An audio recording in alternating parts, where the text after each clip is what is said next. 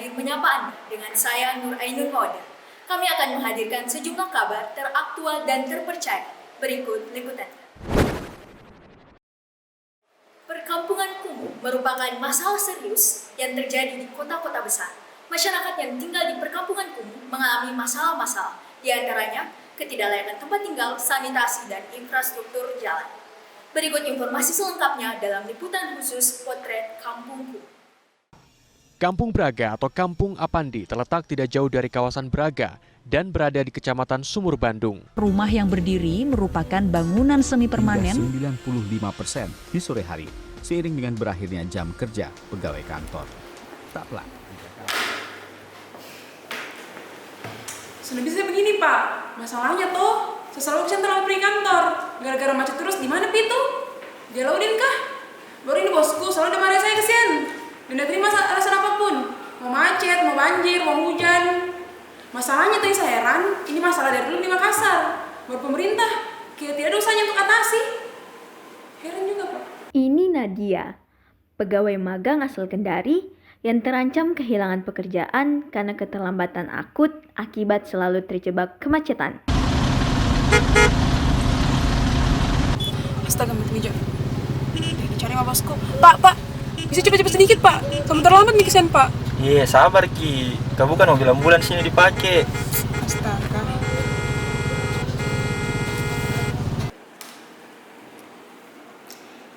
Sabar Ki Dika. Susah memang iya kalau macet Ki. Iyo kamu gak sabar Ki. Kalau kau kenapa susah sekali kamu? Itu tuh Kak, setiap malam tidak bisa Kak fokus kerja tugas gara-gara tetanggaku. Bayangkan nih Kak, itu kamar kosku pas di tengah-tengah, baku dempet-dempet semua rumah di sana. Jadi selalu kadang suara-suara sumbang dari dinding kamarku. Tidak bisa mau belajar, tidak bisa mau tidur. Balas ini lagi tiap semester. Ini Nirwana, mahasiswa semester akhir yang punya banyak masalah dengan nilainya.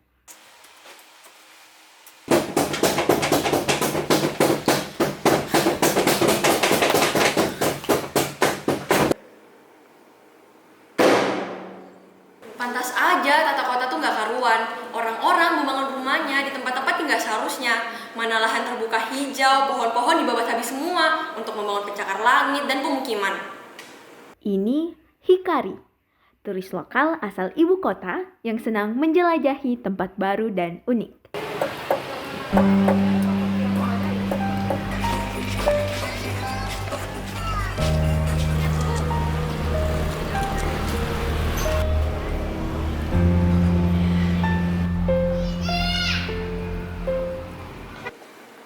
Aduh, benar-benar deh, sejauh mata memandang, tidak ada yang namanya pohon-pohon, sesuatu yang berwarna hijau.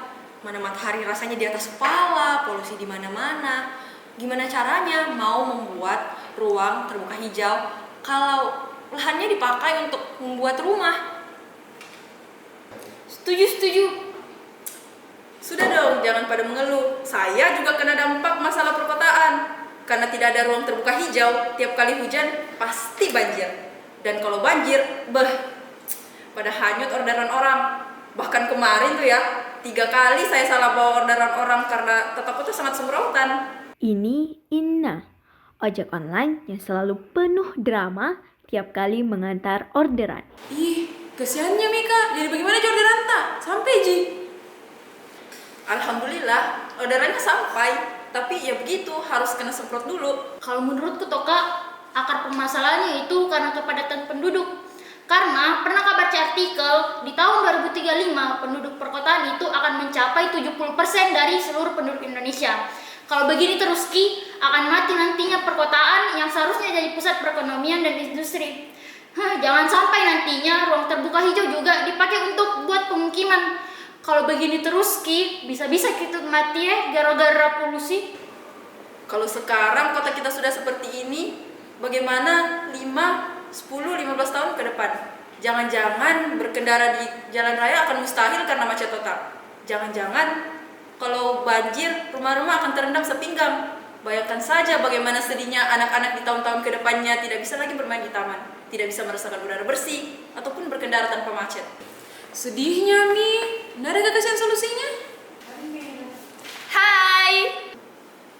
Hai. Tadi ada yang nyari solusi atas permasalahan perkotaan yang tidak habisnya. Tenang, ada City of Eden, sebuah konsep kota masa depan yang dapat menjadi solusi atas permasalahan yang terjadi di perkotaan. City of Eden merupakan sebuah konsep kota masa depan yang mengusung 3 gagasan ide. Yang pertama yaitu Eco-Friendly Vertical Building. Konsep ini merupakan perwujudan dari vertical building sebagai solusi untuk mengatasi kesenjangan antara kesediaan lahan dan pertumbuhan penduduk yang dilengkapi dengan vertical garden dan green roof sebagai usaha dalam mengatasi pengaruh polusi udara dan kebisingan. Vertical building ini juga dilengkapi dengan kinetic paving yang dapat mengubah energi gerak menjadi energi listrik. Konsep selanjutnya yaitu Floating Mobilization, sebuah konsep transportasi yang mengusung sistem maglev atau magnetic levitation. Dengan adanya sistem transportasi yang memadai, masalah kemacetan dapat diatasi. Konsep selanjutnya ialah Centrally Disaster Controlling System, yaitu konsep penanganan bencana di area perkotaan. Sensor bencana yang terdapat pada setiap bangunan terhubung pada satu bangunan pengontrol, sehingga ketika terjadi bencana, sensor otomatis akan mengirimkan sinyal ke pusat kontrol. Dan melalui pusat kontrol, lokasi titik bencana, kondisi sekitar, dan prediksi jumlah penghuni bangunan akan dikirimkan kepada tim penyelamatan untuk mempermudah evakuasi dan penanganan terhadap bencana sehingga meminimalisir korban jiwa. Dengan 3 konsep yang saling terintegrasi, City of Eden menjadi gambaran kota masa depan yang mampu mewujudkan 3 poin tujuan pembangunan berkelanjutan, yakni energi bersih dan terjangkau, infrastruktur industri dan inovasi, serta kota dan komunitas yang berkelanjutan.